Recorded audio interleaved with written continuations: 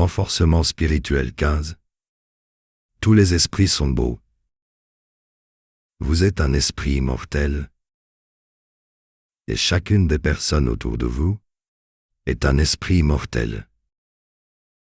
Il n'existe rien de tel qu'un esprit immortel égaré, rien de tel qu'un esprit immortel malade, rien de tel qu'un esprit immortel obscur. Certes, quand vous êtes si complètement identifié à votre complexion humaine, que vous ne pouvez rien envisager en dehors du cadre mental de votre complexion humaine, l'idée d'une perfection qualitative intrinsèque et perpétuelle des esprits immortels peut être une idée impossible à concevoir. Il doit y avoir quand même des esprits immortels déviants, vous murmure votre mental humain. Des esprits immortels en souffrance, des esprits immortels en confusion, des esprits immortels obscurs, perfides. Ce n'est pas possible, vous murmure encore votre mental humain, que tous les esprits immortels soient tout gentils, tout beaux. Heureusement que ce n'est pas votre mental humain qui dicte la réalité.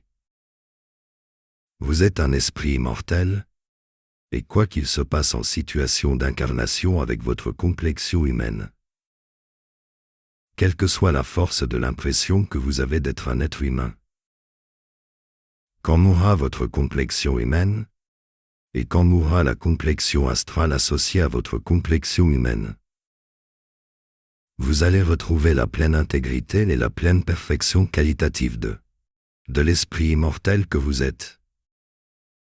Vous allez retrouver le détachement parfait et la bienveillance parfaite qui sont intrinsèques à la nature de l'esprit immortel que vous êtes. Vous allez retrouver la santé parfaite et la vitalité parfaite qui sont intrinsèques à la nature de l'esprit immortel que vous êtes.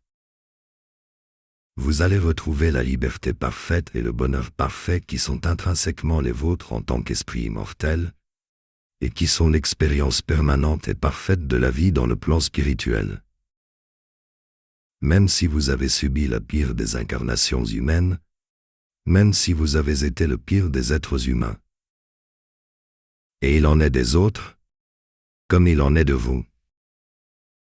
Du point de vue de l'esprit immortel, du point de vue des esprits immortels, rien de ce qui se passe en incarnation n'a la moindre substance de gravité. Et quoi qu'il advienne en incarnation, l'esprit immortel retrouvera toujours la splendeur parfaite de la vie spirituelle dans le plan spirituel. Chaque esprit immortel ayant pris part à quelques cycles d'incarnation, dans quelques dimensions du grand plan astral et du grand plan éthérique, dans quelques mondes et dans quelques races.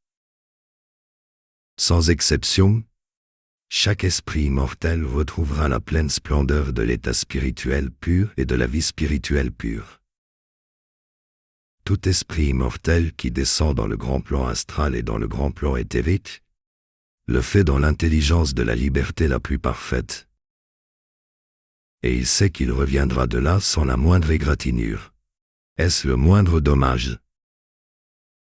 Mais reviendra-t-il de là en ayant grandi en puissance d'intelligence et en puissance de volonté? C'est cette perspective même et cette perspective seule qui le détermine à descendre dans le grand plan astral et dans le grand plan éthérique. Vous n'avez pas besoin de vos crispations morales et de vos raideurs émotionnelles.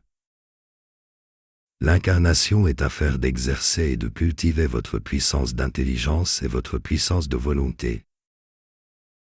Il n'y a pas de bon et de mauvais, il n'y a pas de gentil et de méchant, il n'y a pas de lumineux et de régressif. Il y a des complexions cérébrales et psychocérébrales plus ou moins capables de refléter l'intelligence et la volonté de l'esprit immortel, plus ou moins portées à distordre l'expression de cette intelligence et de cette volonté.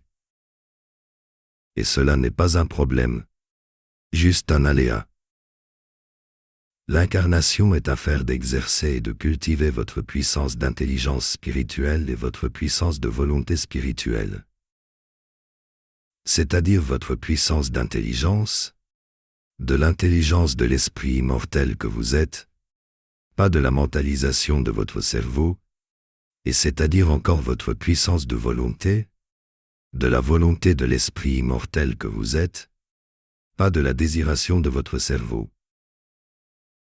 Et si vous êtes en mesure d'améliorer avec compétence et donc avec pertinence, certes à quelques degrés et à quelque échelle, le cadre impersonnel du monde dans lequel vous êtes en incarnation. Le cadre social, économique, politique, scientifique, technologique, infrastructurel, éducatif, intellectuel, spirituel au sens des enseignements spirituels qui palpitent au sein de la société. Si vous êtes en mesure d'améliorer avec compétence et avec pertinence certains éléments du cadre, essayez de le faire avec altitude intérieure, sans appropriation émotionnelle et mentale de cela.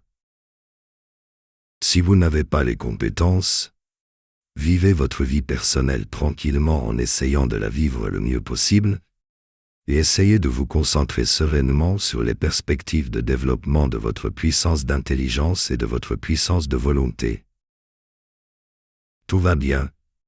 Travaillez sans trouble émotionnel ou mental, sans agitations émotionnelles ou mentales. Vous êtes un esprit immortel.